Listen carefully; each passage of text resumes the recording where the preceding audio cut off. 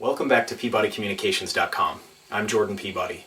Today I want to talk to you about readability and the impact that it can have on your writing.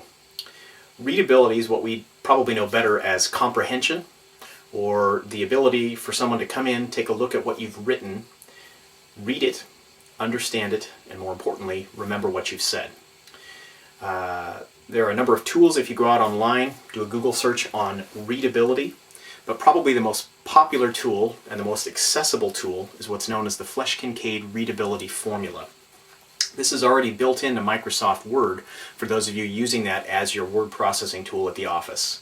Now, to set this up in Word, you go into your preferences, for spelling and grammar checker, take a look at the grammar preference settings, all the check boxes that you have there, and make sure that you've got a check mark in the box next to Show Readability Statistics. What that will allow Microsoft to do the next time you run Spelling and Grammar Checker is to create a little window for you that will measure and then explain to you what your readability statistics are. So it'll show you things like your average length of sentence, which is an important concept to keep in mind. It'll talk to you about your passivity score.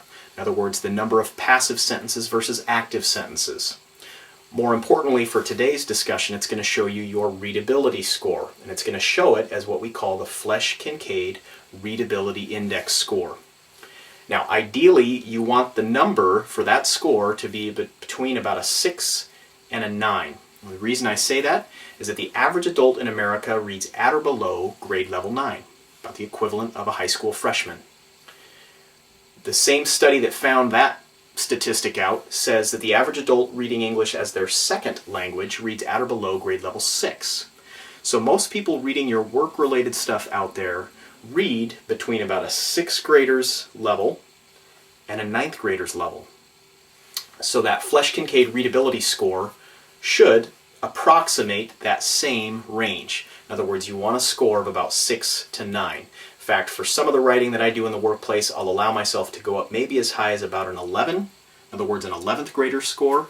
But anything above that, and I start to get concerned, because the higher that number goes, that means your document is becoming more and more complex, which chances are people are not going to give it the time of day, they're not going to give it the chance of a second read through. Instead, they're either going to pitch it in the garbage or they're going to pick up the phone and force you to explain it to them over the phone in a conversation. So you're better off not to have written in the first place. So, go into Microsoft, set up those preference settings in Spelling and Grammar Checker. Your other option, if you don't use Microsoft Word, is to go out to readabilityformulas.com. That website has a number of different tools. One of the most amazing tools on that website is this little cut and paste feature. It allows you to cut and paste text from a document that you've written, put it into this website, hit a button, and the website itself will calculate the readability level of the document that you've written. It'll use both the Flesch-Kincaide readability formula and another test that I'm a big fan of called the Robert Gunning Fog Index. Both tools will calculate the approximate grade level difficulty of the document that you've written, and they're both great, accurate measures for you to decide, is this too simple, is this too complex, or is it right in that comfortable range of about 6th grade to 9th grade where most people read? So if this tip is handy, hope you put it to good use in the next document that you write for work.